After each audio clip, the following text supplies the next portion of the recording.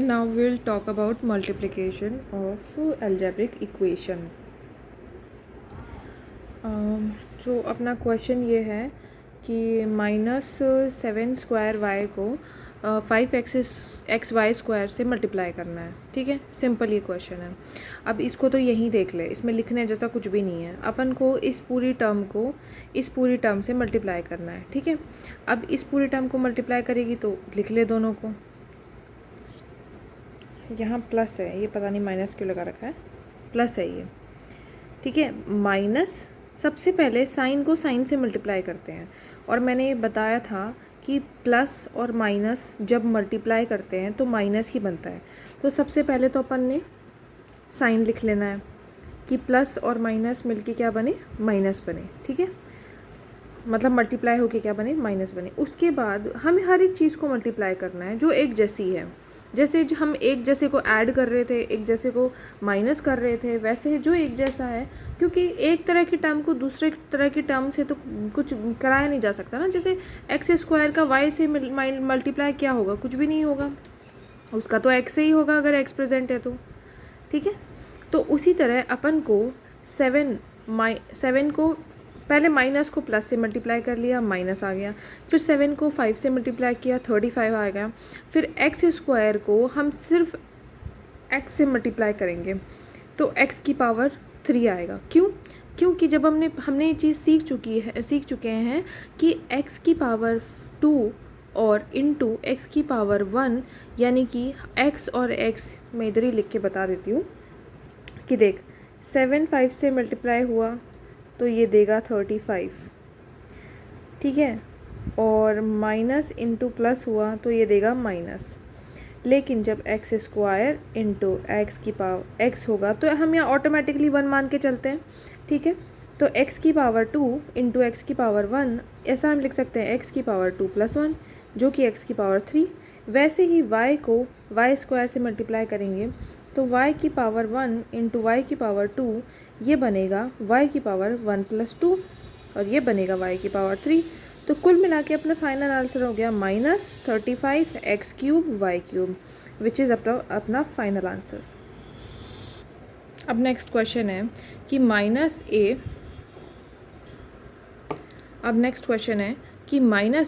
+ 5b ये पूरी एक टर्म है और इसको अपन को मल्टीप्लाई करना है 2a + b से मल्टीप्लाई करना है. ठीक है, अब देख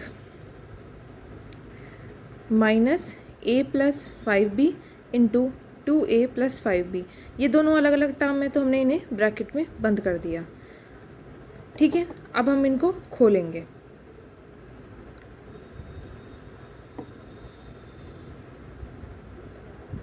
अच्छा, यहाँ पे -5a नहीं है, ये खुद एक अलग टर्म है और ये अलग टर्म है, ये डैश लगा रखा है. ठीक है, ये भी डैश लगा रखा है. अब देख, अब इसमें क्या करना है अपन को, ये एक टर्म है और ये एक टर्म है और ये एक टर्म है, इन दोनों को मल्टीप्लाई करना है. इन दोनों को मल्टीप्लाई करने के लिए हमने क्या किया, या तो इस पूरी टर्म को पहले इस से मल्टीप्लाई कर दे और बीच में प्लस लगा के फिर b से मल्टीप्लाई कर दे, या हम ये भी कर सकते हैं कि इस पूरी टर्म को पहले इस a से मल्टीप्लाई कर दें और बीच में प्लस लगा के फिर इस 5b से मल्टीप्लाई कर दें, जो इस क्वेश्चन में किया है. पूरे 2a + b को उठा के a से मल्टीप्लाई कर दिया जो कि यहाँ लिख दिया, प्लस इस पूरे 2ab को उठा के इस 5b से मल्टीप्लाई कर दिया जो यहाँ लिख दिया. अब इसको आगे सॉल्व करना है, a को अंदर मल्टीप्लाई करना है तो ये 2a² बन जाएगा, मतलब a की पावर 1 और a की पावर 1 मिलके a की पावर 2 बन जाएगी, प्लस a इंटू b मिलके a भी बन जाएगा, प्लस 5 इंटू 2 बन के 10 बन जाएगा और a और b का मल्टीप्लिकेशन a भी हो जाएगा, क्योंकि ये फर्दर मल्टीप्लाई तो हो नहीं सकते, कुछ हो नहीं सकता इनका. प्लस 5b इससे मल्टीप्लाई होके 5 को देख यहाँ 1 मान के चल, 5 को 1 से मल्टीप्लाई करेगी 5 आ गया, b को b से मल्टीप्लाई करेगी b² आ गया, मतलब पावर ऐड कर देने का कुल मिला के, बस इतना करना है अपन को. 2a² को एज इट इज़ लिख लेने का. इसके जैसा और कोई टर्म है? हाँ, हमारे पास है इसके जैसा टर्म, तो हम इन दोनों को ऐड कर देंगे. 2a² + 11b² + 5b², this is the answer. Another question is this. वैसे तो ये यहाँ पे भी बहुत इजी लग रहा है, इसलिए मैं यहीं समझा देती हूँ। इसमें कुछ ऐसा रॉकेट साइंस है नहीं, और ये यहाँ पे भी बहुत एलेबोरेट करके ही बताया हुआ है, ध्यान से देखना। एक्स स्क्वायर प्लस, ये डैश है फिर माइनस नहीं है, x square plus 3x plus 2 into x square plus 3x plus 1। इस पूरी टर्म को उठा के या तो इससे एक एक से मल्टीप्लाई करवा दो, या इस पूरी टर्म को उठा के इस एक एक से मल्टीप्लाई करवा दो। कोई एक चीज़ तो करनी पड़ेगी। इस क्वेश्चन में क्या किया है, इस पूरी टर्म को उठा के एक एक से मल्टीप्लाई करवाया, इन इससे भी करवाया, इससे भी करवाया, इससे भी करवाया। सबसे पहले इस पूरी टर्म को उठा के एक्स स्क्वायर से मल्टीप्लाई करके लिख दो। सबसे पहले लिखो, नॉर्मली लिखो, फिर इस पूरी टर्म को उठा के इस 3x से मल्टीप्लाई करवाओ। 3x लिख दिया, फिर इस पूरे टर्म को लिख दिया, फिर 2 को लिख, और इस पूरी टर्म को उठा के इस 2 से मल्टीप्लाई करवा दे। ठीक है, अब कुछ नहीं करना, सिंपल अंदर मल्टीप्लाई करना है, which is very easy. X इसको मल्टीप्लाई करेगी, एक्स की पावर 4 हो गया, इधर से एक्स क्यूब हो गया, 3x क्यूब हो गया। इस एक्स स्क्वायर को 1 से, x square into 1 x square, 3x into x square 3x cube, 3x into 3x, 3 से 9, x को x से एक्स स्क्वायर, तो 3x into 3x 9x square, 3x into 1 3x हो गया, कंप्लीट। अब 2 को एक्स स्क्वायर से मल्टीप्लाई करो, 2x square, 2 into 3x 6x, 2 into 1 2। अब वही मैंने जैसे समझाया था, एक एक ढूंढो अपने अपने जैसा। x4 जैसा कोई है, कोई नहीं, एज इट इज़ लिख लो, फालतू में किसी के साथ नहीं रखना है। एक्स क्यूब जैसा कोई है, 3x क्यूब है, तो इसको इसके साथ में ले आओ, जैसे मैंने बताया दोनों को साथ साथ में लिखो। उसके बाद एक्स स्क्वायर लिख, एक्स स्क्वायर जैसा कोई है 9x स्क्वायर है, और कोई है क्या एक्स स्क्वायर जैसा, 2x स्क्वायर है, तीनों को साथ में लिख लिया इसने। सबसे पहले तो ये साथ में लिखना सीखो, ठीक है। अब अपन कहाँ तक आ गए, 3x क्यूब को यहाँ लिख ही लिया, 9x स्क्वायर को लिख लिया, 3x नहीं लिखा अभी तक आपने, 3x को लिख, 3x जैसा कोई है 6x है, इसको भी साथ में लिख इसके, और 2 जैसा तो कोई नहीं है, 2 को अपना सिंपल लिख लो यहाँ पे। अब x4 जैसा तो कोई और है भी नहीं, x4 को एज इट इज़ लिख दो, 3x क्यूब मिलके 6x बनाएगा, x square plus 9x square plus 2x square, ये तीनों मिलके 12x स्क्वायर बनाएंगे। 3x और 6x दोनों मिलके 9x बनाएंगे, और 2 एज इट इज़ लिख दो। So this is the final answer. बस इसमें और कुछ भी नहीं है, इतना इजी सिंपल सीधे सीधे चीज़ें आगे बढ़ी हैं। अब हम बात करेंगे डिवीजन के बारे में, कि इस तरह की एल्जेब्रिक इक्वेशंस का डिवीजन कैसे करते हैं। यहाँ एक क्वेश्चन दिया हुआ है, x square plus 6x plus 8 को डिवाइड करना है x प्लस 4 से, ठीक है। सबसे पहले तो जो अपन नॉर्मल अपना डिवाइड का जो निशान होता है या जो साइन होता है, या जैसे हम डिवाइड करते हैं ना नॉर्मल नंबर्स को, जो सबसे पहले बचपन में सीखा था डिवाइड करना, वैसे ही इसको लिख लो, ठीक है। वैसे लिख लिया। अब कुछ भी नहीं है, बहुत इजी तरीका है इसका भी, कोई भी बहुत बड़ी चीज़ नहीं है इसमें, बहुत कुछ सीखने लायक ऐसा कुछ भी नहीं है, सिंपल है। अपन ने इसको डिवाइड करना है इसको। अब देखो, मैं ऐसा यहाँ कौन सा नंबर लिखूँ जिसको मैं इससे मल्टीप्लाई करूँ तो मुझे इसके जैसा दिखाई दे। डिवाइड में भी अपन यही करते थे। सपोज़ अपने पास एक नंबर है 64 और यहाँ पे 4 है, ठीक है। तो यहाँ पे मुझे यही तो सवाल होता है ना कि मैं यहाँ पे ऐसा क्या नंबर लिखूँ कि मैं इसको डिवाइड करूँ तो ये क्या बन जाए, 64 बन जाए। मुझे यही करना होता है, ठीक है। यहाँ पे तो इसको 8 से डिवाइड करेगी तो 4 इंटू 8 कितना होता है, 32। फिर भी ये 32 बच जाएगा। फिर तुझे वापस इसको तुझे वापस इसको 8 से डिवाइड करना पड़ेगा, फिर 32 आएगा और फिर ये 0 बनेगा। तो 8 प्लस 8 कितना हुआ, 16। तो कुल मिला के अपन को 4 को 16 से मल्टीप्लाई करना था और यहाँ लिखना था। वैसे ही अपन को यहाँ पे देखना है। सबसे पहले अपन को यहाँ पे कुछ ऐसा लिखना पड़ेगा कि अगर उसको अपन इस पूरी टर्म से मल्टीप्लाई करें तो हमारे पास ये टर्म पूरी कैंसिल होती चली जाए, ठीक है। अब मुझे क्या समझ आ रहा है कि अगर मैं यहाँ x लिखूँ और फिर मैं इस x को इस x + 4 से मल्टीप्लाई करूँ तो क्या आएगा, इस x को सबसे पहले इस x से मल्टीप्लाई कर, x² आएगा, ठीक है। और फिर इस x को इस 4 से मल्टीप्लाई कर, क्या आएगा, प्लस का 4x, ठीक है।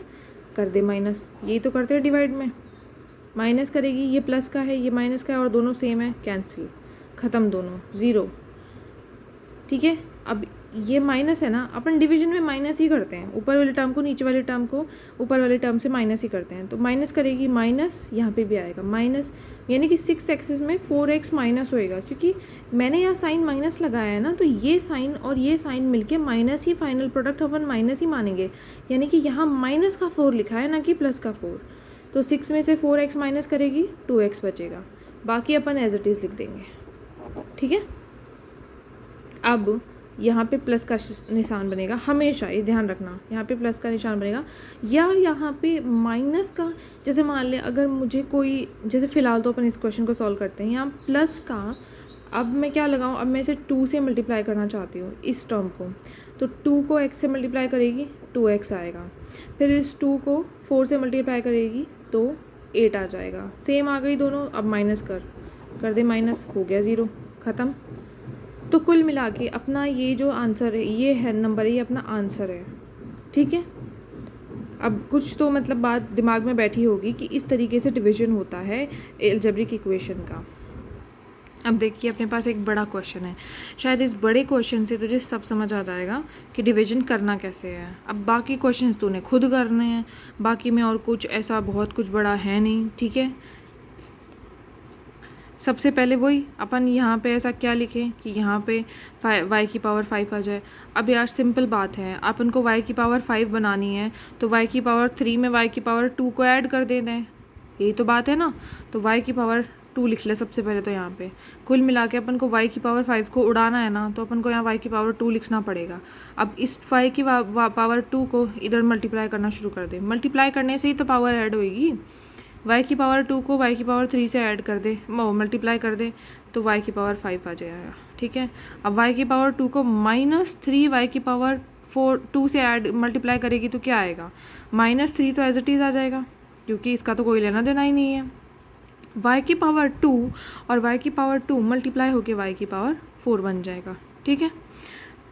अब y की पावर 2 को 4 इस 4y से मल्टीप्लाई कर, प्लस का साइन एज इट इज़ आएगा, क्योंकि यहाँ भी प्लस है यहाँ भी प्लस है। y की 4 तो एज इट इज़ आ जाएगा, 4 × 1 4, y की पावर 1 और y की पावर 2 मल्टीप्लाई होकर y की पावर 3 बन जाएगा। ये अपना टर्म आ गया, अपन ने कुछ नहीं करना, अपन ने यहाँ माइनस करना है, यहाँ भी माइनस यहाँ भी माइनस। अब ये और ये माइनस मिलके तो फाइनल प्लस बनेगा, मतलब कुल मिला के अब ये दोनों टर्म ऐड होंगी, माइनस नहीं होएगा, और ये प्लस और माइनस मिलके यहाँ पे फाइनल माइनस बनेगा। तो ये दोनों यहाँ पे भी मतलब इस टर्म का फाइनल जो साइन होएगा वो माइनस होएगा, तो माइनस और माइनस मिलके ऐड होएगा। तो कुल मिला के इन दोनों को भी अपन को ऐड करना है, इन दोनों को भी अपन को ऐड करना है, और इन दोनों को अपन को माइनस करना है। अब ये सेम टू सेम, ये प्लस का ये माइनस का कैंसिल, ख़त्म, इसकी कहानी ख़त्म हो गई यहीं पर, ठीक है। इन दोनों को ऐड कर दे, ये हो गया 4 का y4, 4 का y4, और इन दोनों का, पर इन दोनों का साइन माइनस रहेगा, ध्यान रखना, माइनस का 4 + 5 कितना हुआ 9y3। बाकी अपनी टर्म एज इट इज़ लिख दे, एक टर्म उतार ले बस नीचे, ज़्यादा नहीं उतारनी, एक ही टर्म उतारनी है, ठीक है। एक ही टर्म उतार ली। अब अपन ने क्या करना है, अब अपन को इधर मल्टीप्लाई करना है और इधर कुछ ऐसी टर्म लिखनी है जिसको जब अपन इधर से मल्टीप्लाई करें तो अपने पास सेम टू सेम ये 4y की पावर 4 बने। सबसे पहले y की पावर 3 को y की पावर 4 बनाने के लिए अपन को एक y चाहिए, बस सिर्फ एक y, ठीक है। तो ये तो कंफर्म हो गया कि यहाँ सिर्फ एक y आएगा, ठीक है। अब इधर 4 लाने के लिए अपन को, इधर तो 1 ही है, तो इसका जब 1 इधर 4 से मल्टीप्लाई होगा तभी तो यहाँ 4 आएगा, ठीक है। तो यहाँ पे 4 लिख दे। क्या अपना उद्देश्य पूरा हो रहा है? क्या अपनी ये एक टर्म यहाँ पे 4 लाने के लिए, 4 लाने के लिए कामयाब हो रही है? हो रही है। और यहाँ पे साइन प्लस का ही आएगा, तभी तो माइनस करने पे अपना उद्देश्य पूरा होगा। अब इस 4y को देख, इस 4y को इस पूरी टर्म से मल्टीप्लाई करके यहाँ लिख दे, ठीक है। +4y इंटू 4y³ कितना आएगा, 4 तो 4 एज इट इज़ आ जाएगा, ठीक है। और 4 का जो ये y है, y इंटू y³ y की पावर 4 बनाएगा। आ गया सेम टर्म, कोई इशू नहीं है। ये 4 और ये 3 माइनस का 3 मल्टीप्लाई का माइनस का 12 बनाएगा। और ये y और ये y³ y² ये y³ बनाएगा, ठीक है। ये प्लस का 4 और ये प्लस का 4 मल्टीप्लाई होके प्लस का 16 बनाएगा। और ये y और ये y दोनों मिलके y का पावर 4 बनाएंगे। अब बढ़ो आगे, यहाँ माइनस, क्योंकि अपन को डिवाइड में माइनस ही करना होता है, यहाँ भी माइनस और यहाँ भी माइनस। ये माइनस और ये माइनस मिलके फाइनली प्लस बनेंगे, और ये प्लस और ये प्लस मिलके फाइनली माइनस ही बनेंगे। तो ये तो अपनी टर्म कैंसिल हो गई, ये अपन करना चाहते थे। और ये दोनों, ये प्लस का साइन, ये प्लस का रह गया, माइनस का रह गया, तो कुल मिला के होना इन्होंने माइनस ही है। साइन उसका रहेगा जो नंबर बड़ा रहेगा। नंबर बड़ा कौन है, 12, साइन प्लस का आएगा। 12 में से 9 को माइनस कर दे, कितने बचे, 3, y³ एज इट इज़। ये प्लस का रह गया, ये माइनस का रह गया, इसका फाइनल साइन माइनस ही था ना। कुल मिला के इन दोनों ने घटना है। अब जो बड़ा नंबर है साइन उसका रहेगा, बड़ा 16 है तो साइन माइनस का रहेगा, क्योंकि 16 का साइन माइनस है। 16 में से 7 को माइनस कर देंगे तो कितना बचेगा, 9y², ठीक है। अब अपनी बची पूची टर्म जो सबसे ऊपर बच गई है वो है 12 प्लस का 12y, इसको भी लिख लेते हैं। अब फिर वही बात है, फिर अपन ने यहाँ प्लस लगा के किसी ऐसी टर्म को यहाँ लिखना है जो अपनी इस टर्म से मल्टीप्लाई होके सेम टू सेम ये टर्म बनाए या इसको पूरी तरीके से ख़त्म कर दे। अगर ये सवाल पूरी तरीके से डिवाइड होगा, मतलब अगर ये नंबर इस पूरी टर्म को, ये टर्म इस पूरी टर्म को पूरी तरीके से डिवाइड करती होगी, तो अपन को कोई ना कोई नंबर यहाँ पे लिखने के लिए ऐसा मिल जाएगा कि अपनी ये टर्म बन के आ जाएगी। अब अपन ध्यान से देखें तो अपन को यहाँ पे लिखना, अपन को y³ बनाना है ना, और अपने पास वहाँ पे y³ है, वेरी इजी। तो अपन को सिर्फ एक नंबर लिखने की ज़रूरत है और कुछ नहीं है। तो यहाँ पे क्यों ना 3 ही लिख दें, तो यहाँ पे हम लिखेंगे 3। अब इस 3 को इस y³ से मल्टीप्लाई कर, कितना आएगा, 3y³ आएगा, ठीक है। इस 3 को इस -3 से मल्टीप्लाई करेगी, कितना आएगा, माइनस का 3² आएगा, सॉरी 9² आएगा, क्योंकि 3 इंटू 3 9 हो गया, माइनस और प्लस माइनस हो गया, और y² तो आएगा ही, क्योंकि अपन ने वहाँ पे तो कुछ लगाया नहीं है, y की टर्म में कुछ भी नहीं लगाया, ठीक है। अब और 3 इंटू 4 ये आएगा प्लस का 12y, मतलब अपन ने y³ को 3 से मल्टीप्लाई किया तो 3y³ आ गया, -3y² को 3 से मल्टीप्लाई किया तो -9y² आ गया, प्लस 4y को 3 से मल्टीप्लाई किया तो प्लस का 12y आ गया, ठीक है। अब यहाँ आ जा, अब अपन को डिवीजन में करना होता है माइनस, यहाँ माइनस का साइन लगा दें, यहाँ माइनस, यहाँ माइनस। अब देख, ये माइनस और ये माइनस प्लस बन जाएगा फाइनली, यहाँ प्लस है यहाँ माइनस है, दोनों सेम है, कट। यहाँ माइनस है यहाँ प्लस है, दोनों सेम है, कट। यहाँ प्लस है और इसका फाइनल साइन माइनस है, ये दोनों भी कट। ये हो गया अपना 0 आंसर, ठीक है। कुल मिला के अपना आंसर क्या हुआ, ये हुआ, दिस इज़ द आंसर। यही सेम चीज़ अपन को यहाँ पे समझाई हुई थी, जो मैंने बहुत एलेबरेट वे में इतना बड़ा अलजेब्रिक इक्वेशन को डिवाइड करना सिखा दिया। ऐसे ही होता है, इसके अलावा और कोई बात नहीं होती। कोई भी अलजेब्रिक इक्वेशन आ जाएगी, उसको ऐसे ही डिवाइड करना है और कोई बात नहीं होती। जितनी ज़्यादा प्रैक्टिस करते हैं उतने ही आराम से ये क्वेश्चंस हो जाते हैं, इसमें और कुछ नई बात नहीं है। मैं 2 क्वेश्चन दिखा रही हूँ जो रीट लेवल 2 में आया हुआ है, ये तो शायद पिछले साल का ही है ये, ठीक है। और ये क्वेश्चन CTET सेकंड में आया हुआ है, और दोनों ही क्वेश्चन बहुत इजी हैं, एटलीस्ट जो मैंने लास्ट क्वेश्चन कराया है उससे तो बहुत ज़्यादा इजी हैं। इसको तो सिर्फ डिवाइड करना है, जो कि अपना पहला जो डिवाइड का क्वेश्चन था बिल्कुल वैसा ही है, बहुत इजी है, इसमें कुछ भी बड़ा नहीं है। ये तुझे खुद करना है, और अगर दिक्कत आती है तो मुझे बताना है। और ये जो क्वेश्चन है मैं कर एक बार 26 वाले क्वेश्चन में तो कुछ नहीं दे रखा, बस इतना ही दे रखा है कि अपन ने डिवाइड करना है, सिंपल डिवाइड करना है। कैसे, ये अपना डिवाइड का निशान बना लो, अपनी टर्म है x² प्लस 7x प्लस 10 और डिवाइड किससे करना है, x प्लस 2 से। ठीक है, कुछ नहीं है। ये एक्स स्क्वायर कैसे आएगा, यहाँ x लिख दो, इस x को मल्टीप्लाई करो इस x से, एक्स स्क्वायर आ गया, इस x को मल्टीप्लाई करो इस 2 से, प्लस का 2x आ गया। ठीक है, माइनस और माइनस माइनस ही करते हैं डिवीजन में, ये हो गया कैंसिल, ये प्लस का 7x, ये माइनस का 2x, ये हो गया 5x प्लस 10। अब मैं यहाँ क्या लगाऊँ ऐसा, प्लस कर, यहाँ क्या लगाऊँ, क्या क्या लिखूँ ऐसा जिसको मैं इधर मल्टीप्लाई करूँ तो ये मेरे पास ये टर्म आ जाए। यहाँ लिखेंगे हम 5, ये दिमाग लगाने वाली चीज़ है। 5 को 5x से मल्टीप्लाई करेगी तो 5x आ जाएगा, और 5 को 2 से मल्टीप्लाई करेगी तो 10 आ जाएगा। ठीक है, फिर माइनस का निशान, ये हो गया कैंसिल हो गया, कैंसिल हो गया कि 0। अपना आंसर बन गया x प्लस 5। इस आंसर कितनी जल्दी आंसर आ गया।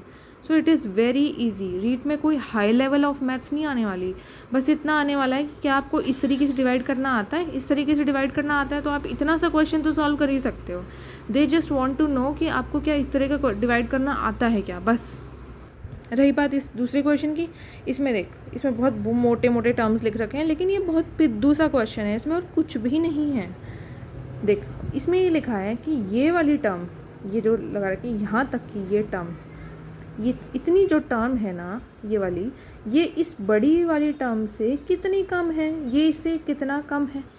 ठीक है, बस इतना ही तो है। कुल मिला के हम इस वाली टर्म, मान लीजिए कोई एक नंबर है, ये एक टर्म है, इसमें से हम कुछ घटा देंगे, इसमें से कुछ माइनस होगा और फिर हमारे पास ये टर्म आ जाएगी। अब इस बात को हमें खुद मैथमेटिकल लैंग्वेज में लिखना है और फिर उस टर्म को सॉल्व करना है, बस, और कुछ भी नहीं है इसमें। इतना इजी क्वेश्चन है ये। उस जगह पे बस ये लिखा हुआ था, ये वाली बात लिखी थी। मान ले कि ये एक टर्म है और इसमें से मैंने कोई p है जो हमें पता नहीं कौन है, हमें ढूंढना है कि ये कौन है, हमने घटा दिया तो उसके बाद हमें मिला ये। तो भाई हमने इसमें से कितना कम किया, ये एक टर्म है, इसमें से हमने कितना घटाया कि हमको ये मिला, बस ये बात है और कोई बात नहीं है। अब ऐसा कर, इस पूरे को एक टर्म मान के चल जिसका निशान है प्लस, और ये एक चीज़ है जिसका निशान है माइनस। क्यों ना हम इस p को तो इधर ले जाएं और इस पूरी टर्म को उठा के इधर ले आएँ इक्वेशन के। मैंने बताया हुआ था कि इक्वेशन के जब इक्वल के दोनों साइड इधर उधर चीज़ें घुमाते हैं तो चीज़ें का साइन बदल जाता है, यानी ये प्लस माइनस में बनेगा और ये बनेगा 21a³ माइनस 17a²। ये ब्रैकेट के अंदर चल रहा है अभी, इसलिए मैंने एज इट इज़ लिख दिया है। और ये जो p जो माइनस में था इधर, ये इक्वल के राइट हैंड साइड जाके प्लस का p बन जाएगा। ठीक है, कोई फ़र्क नहीं पड़ता हम इक्वल के इधर लिखें इसको या इक्वल के इधर लिखें, कोई फ़र्क नहीं पड़ता। कुल मिला के अब अपने पास सिचुएशन क्या आ गई है कि 80, अब इसको और एलेबोरेट करके रख, 89a³ minus 64a² plus 6a plus 16, इसको खोल के लिख। ये बाय डिफ़ॉल्ट हम प्लस मान के चलते हैं, प्लस और माइनस मिलके माइनस बनेगा, 21 का a³ बनेगा, ये माइनस और ये माइनस मिलके प्लस बनेगा, ये 17 का a² बनेगा, equal to p as it is लिख दे। हमको लिखना है a³, 89a³ a³ का जैसा कोई है यहाँ पे 21a² माइनस 21a³ है, माइनस 64a² को एज इट इज़ लिख दे। a² जैसा कोई है यहाँ पे, प्लस का 17a² है, 6a को एज इट इज़ लिख दे, प्लस 16 को एज इट इज़ लिख दे, इक्वल p। बस ये तो सवाल है हमारा। 89a³ में से 21a³ माइनस करेंगे, सिंपल करना है तो 9 में से 1 माइनस कर, पहले 8 बचा, और 8 में से 2 माइनस कर, 6 बचा, 68a³ माइनस माइनस ही आएगा, क्योंकि देख हमें देखिए यहाँ माइनस है यहाँ प्लस है, होगा तो ये दोनों का माइनस ही, ये बात तो सीधी सीधे क्लियर हो गई। लेकिन साइन माइनस क्यों आया, क्योंकि 64 के हिसाब से हमने साइन लगाया है, 64 17 से बड़ा है, 64 में से 17 घटा दे, देख नॉर्मल यहाँ पे आएगा 7, 5 माइनस 1 47a², नॉर्मल करके देख लेना 47 ही आएगा, plus 6a plus 16 as it is equals to p। तो कुल मिला के अब इसको फर्दर तो आगे कुछ घसीट नहीं सकते ना इससे आगे, कुल मिला के अपना p का जो आंसर है वो अपना ये आ जाएगा। p की वैल्यू ये थी, मतलब हमने क्या किया, ये वो टर्म है कि हमने 89a³ इस पूरी टर्म में से जब हमने इस टर्म को माइनस किया तो हमारे पास आंसर आया था ये वाला। हमें कोई मतलब नहीं इन बातों, हमें बस इतना पता है कि ये हमारा आंसर है। ठीक है, जो कि देख ये रहा, आपको टिक भी ध्यान से लगाना है भाई। सारे क्वेश्चन ऑप्शन एक जैसे दिख रहे हैं। हमारे पास जो आंसर आया है 68a³ minus 47a minus minus minus, उसके बाद प्लस का 6a भी इन दोनों में है, उसके बाद प्लस का ही 16 है। भाई ध्यान से टिक लगाना है, ए आंसर है अपना, दूसरे को मत लगा देना। ये देख 27 का आंसर ए है, ठीक है। तो आंसर आने के बाद आपको टिक लगाना भी सही को ही है।